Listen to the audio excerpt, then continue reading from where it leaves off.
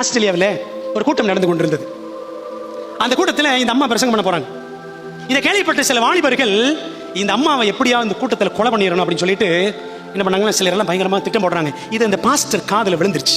உடனே இந்த பாஸ்டர் என்ன பண்றாரு, நேராக ஆஸ்திரேலியாவில் இருக்கிற ஒரு போலீஸ் ஸ்டேஷனில் போய் கம்ப்ளைண்ட் பண்ணி இந்த மாதிரி இந்த மீட்டிங் நடத்துறாங்க, அதனால இந்த அம்மாவை கொலை பண்ணுறதுக்கு சில வாலிபர்கள் திட்டம் போட்டுருக்காங்க, நீங்க தான் இந்த அம்மாவுக்கு நீங்க பாதுகாப்பு கொடுக்கணும்னு சொல்லிட்டு ஒரு போலீஸ் ஸ்டேஷன் கம்ப்ளைண்ட் கொடுத்துட்டு வந்துட்டார். ஸோ நம்ம மீட்டிங் நடத்த போகிற அந்த கூடார வாசல்ல ஆஸ்திரேலியன் போலீஸ் ஆஃபீஸர்ஸ் வந்து நிற்கிறாங்க, வந்து நின்று கவல் செய்கிறாங்க.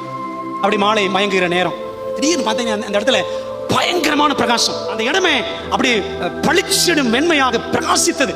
ஒரு தேவதூதன் அந்த கூடாரத்துக்கு மேல இருந்து தன்னுடைய சட்டைகளை விரித்து அப்படியே பாதுகாக்கிற ஒரு காட்சியை அந்த ஆஸ்திரேலிய போலீஸ் ஆபீசர் பார்த்தாராம். அப்பதான் அவர் சொன்னாராம், இந்த அம்மாவுக்கு இவ்வளவு பாதுகாப்பு இருக்குல்லங்க, எதுக்கு எங்கெல்லாம் கூப்பிட்டீங்கன்னு சொல்லிட்டு போயிட்டார். யார் தெரியுமா அந்த அம்மா?